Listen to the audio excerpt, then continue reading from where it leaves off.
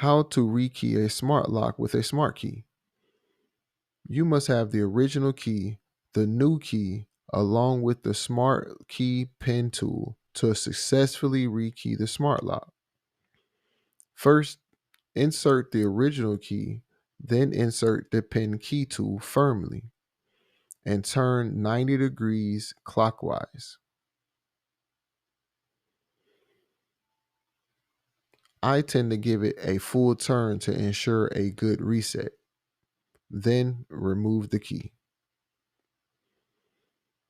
Be sure to keep the smart key pen tool inserted firmly in place.